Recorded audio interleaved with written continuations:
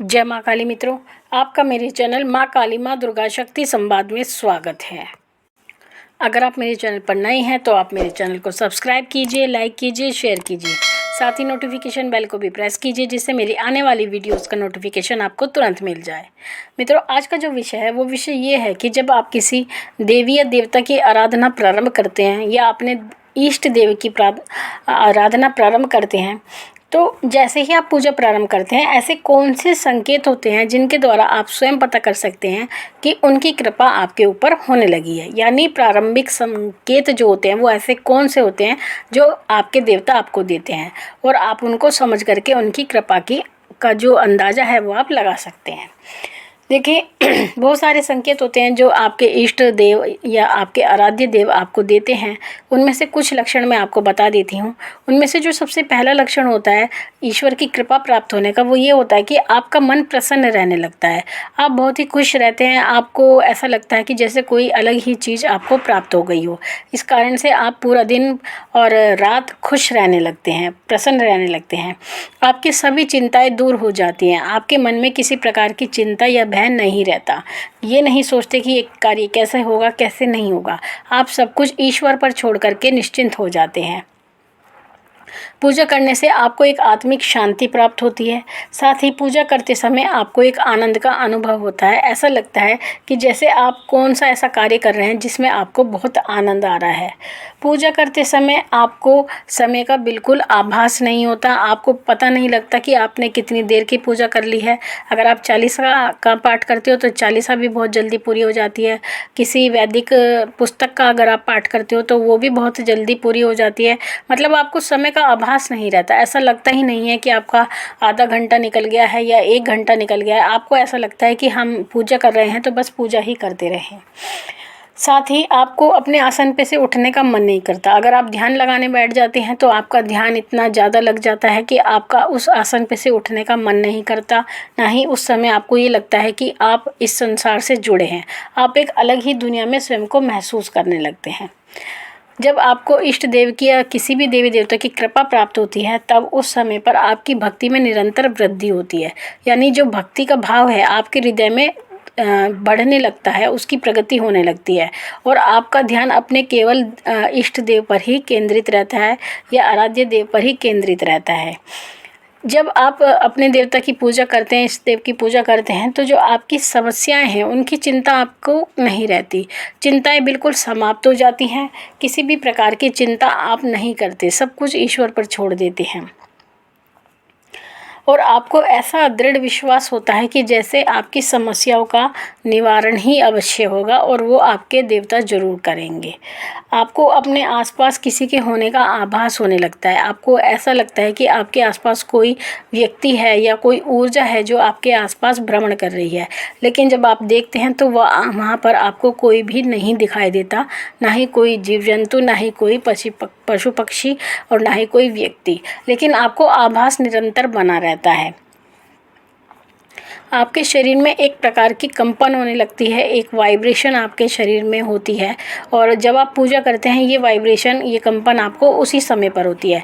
जब आप पूजा से हट जाते हैं तब आप सामान्य परिस्थिति में आ जाते हैं। तो ये जो कंपन आपके शरीर में होती है ये ऊर्जा के कारण होती है। आपके जो देवी देवता हैं उनकी पूजा के कारण ही आपके शरीर में कंपन की परिस्थिति बनती है और ये जो कंपन होती है उन्हीं को होती है जिनके ऊपर ईश्वर की कृपा होती है। साथ ही जब आप नित्य प्रति पूजा करते हैं, अपने इष्ट देव की आराधना करते हैं तो आपकी वाणी बहुत मीठी हो जाती है। यानी आप मीठी मीठी भाषा में बात करते हैं। किसी भी प्रकार का क्रोध आपके अंदर नहीं रहता, आपको गुस्सा नहीं आता। कि इसके अलावा साथ ही ये भी बात देखने की आप किस देवता की पूजा करते हैं। अगर आप रुद्र देवता की किसी की पूजा करते हैं, जैसे कि आप माँ काली की पूजा करते हैं या आप भैरव जी की पूजा करते हैं या बालाजी की या हनुमान जी की पूजा करते हैं, तब तो उनके पूजा करने वालों के अंदर कहीं ना कहीं क्रोध की वृद्धि होती है। लेकिन इसके अलावा आप किसी अन्य देवता की अगर पूजा करते हैं तो उस समय पर आपके अंदर का जो क्रोध है वो धीरे धीरे शांत होने लगता है। आपकी जो भाषा है वो कठोर नहीं रहती, वाणी एकदम मधुर हो जाती है। तो ये देवता की पूजा का प्रभाव ही होता है। आपको रात और दिन में केवल अपने इष्ट का चिंतन रहता है। आप उनका चिंतन करते रहे हैं, उनका ही भजन गाते रहते हैं और आपका इस संसार में मन नहीं लगता। ऐसा मन करता है कि आप केवल उनके ध्यान में ही डूबे रहें। साथ ही जिनके ऊपर इष्ट देव की कृपा होती है, प्रारंभिक अवस्था जो होती है कृपा की, उस समय पर आपका मन करता है कि आप किसी भी धार्मिक स्थल पर भ्रमण करने के लिए जाएं, यानी घूमने के लिए जाएं। आप कहीं भी भ्रमण करना जाना चाहते हैं, किसी भी धार्मिक स्थल पर जाना चाहते हैं और वहाँ पर दर्शन करके आपको एक अलग ही शांति प्राप्त होती है।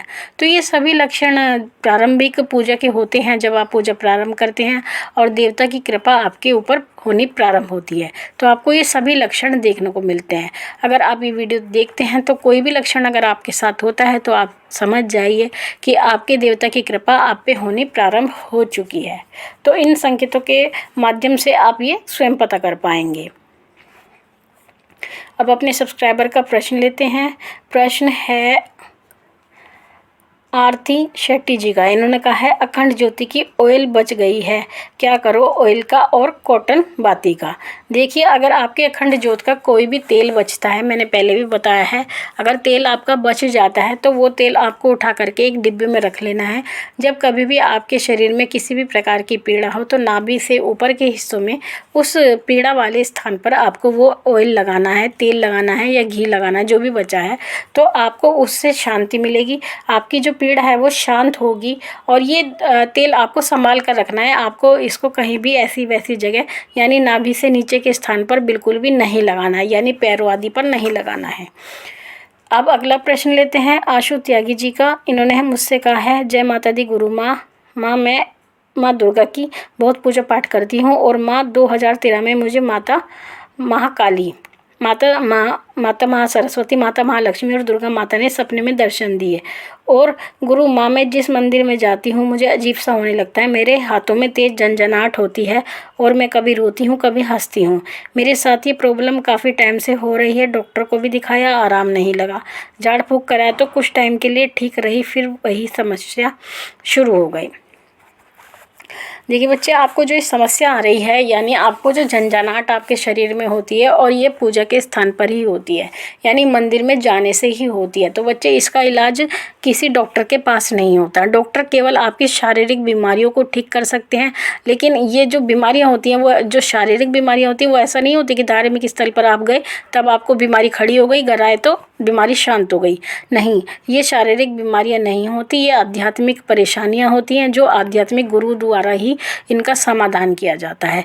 जैसा कि आपने बताया कि आपने किसी को दिखाया था, उन्होंने फूंक वगैरह की, झाड़ आदि लगाया तो आपको आराम हुआ। तो आप इसी से अंदाज़ा लगा सकते हैं कि आपकी जो बीमारी है वो मेडिकल प्रॉब्लम नहीं है, वो एक आध्यात्मिक प्रॉब्लम है। तो आपको किसी अच्छे भक्त से मिलना चाहिए, अच्छे गुरु से मिलना चाहिए। वही उन्हीं के सानिध्य में आपकी ये परेशानी दूर हो सकती है। और जो ये परेशानी है आपकी सवारी के लक्षण है, दिव्य ऊर्जा के लक्षण है, जिस कारण से आपकी परिस्थिति होती है।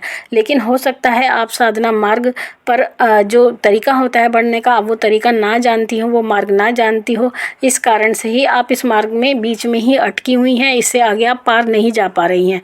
तो इसी परिस्थिति से बचने के लिए आपको गुरु धारण करना चाहिए और गुरु ही आपकी इस परेशानी का एक बहुत अच्छा हल निकाल सकता है और ये परेशानी जो है आपकी हमेशा के लिए ख़त्म कर सकता है।